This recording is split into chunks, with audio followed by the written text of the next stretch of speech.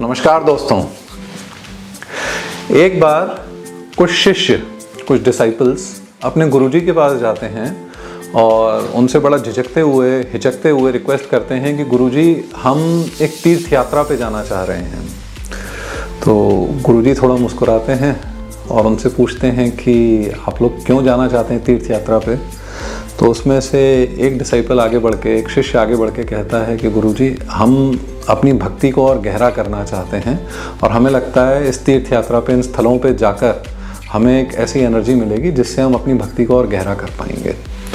तो गुरुजी मुस्कुराते हैं, कुछ भी नहीं कहते हैं ठीक है आप जा सकते हैं, बस एक छोटा सा एक काम करना, ये कुछ करेले हैं इनको भी आप साथ लेते जाना और जहाँ जहाँ भी आप जाओ इन करेलों को भी अपने साथ ही रखना, कहीं मत्था टेको तो इनको भी मत्था टेकाना और जब लौट के आएँ तो आप लोग पूरे भाव के साथ मुझे इसकी सब्जी बना के खिलाना।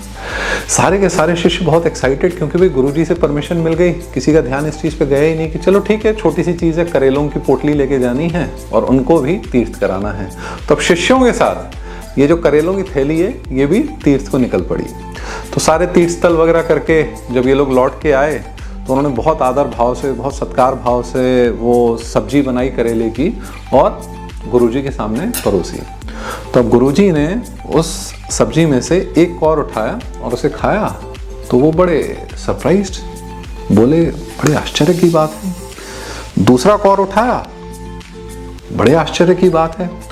अब वो जो स्टूडेंट्स हैं, डिसाइपल्स हैं, वो समझ ना पाए कि भाई आश्चर्य कैसा क्या।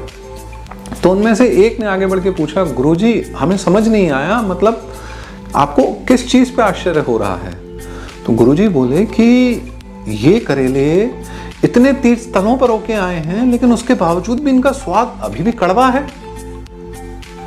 तो अब इस पे डिसाइपल्स थोड़े हंसे, मुस्कुराए भी और कहें कि गुरुजी कैसी बात कर रहे हैं।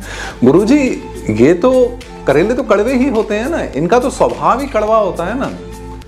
तो इस पे अब गुरुजी बोले कि एग्जैक्टली मैं भी तो यही कहना चाह रहा हूँ कि भाई इनका स्वभाव कड़वा ही होता है। तो अगर अपने आप को बदलना है तो आप कोई भी तीर्थ स्थलों पे चले जाओ या कुछ भी चीज़ कर लो, जब तक आप अंदर से चेंज नहीं होगे, जब तक आप अंदर से परिवर्तन नहीं लाओगे, तब तक ऊपर से आप कड़वे के कड़वे ही रह जाओगे। अब इसको प्लीज़ ऐसा एक सेकंड भी ना समझिएगा कि ये जो तीर्थ स्थल हैं, इस टाइप की जो भी चीज़ें हैं ये कोई गलत होती हैं।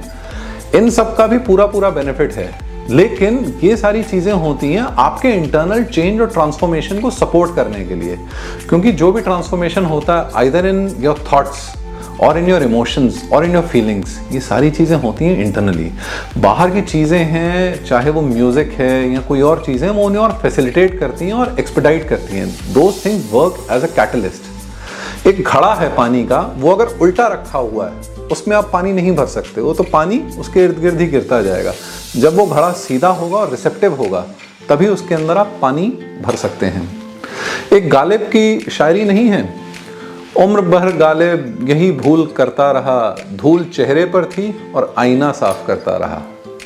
तो शायद वही चीज़ होती है कि पहले हम अपने आप को साफ करें, उसके बाद हम चाहे आईने में देखें अपना चेहरा या फिर हम कहीं और भी अपना प्रतिबिंब देखें, सुंदरता अपने आप ही नजर आएगी।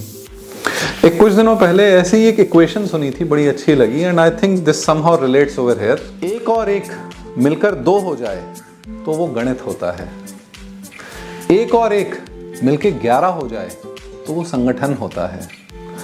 एक और एक मिलकर 1 रह जाए तो वो प्रेम होता है और एक और एक मिलकर अगर 0 हो जाए तो वो आध्यात्म होता है। Thank you.